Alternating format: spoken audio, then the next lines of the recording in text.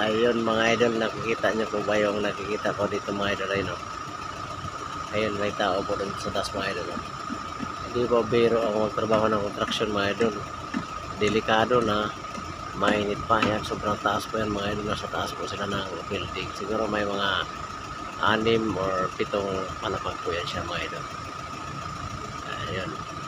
Kaya po sa lahat po dyan ng mga nagtatrabaho na hindi naman kasing hirap ng trabaho ni tatay, ay pasalamat na po tayo at binigyan tayo ng trabaho na ganyan lang.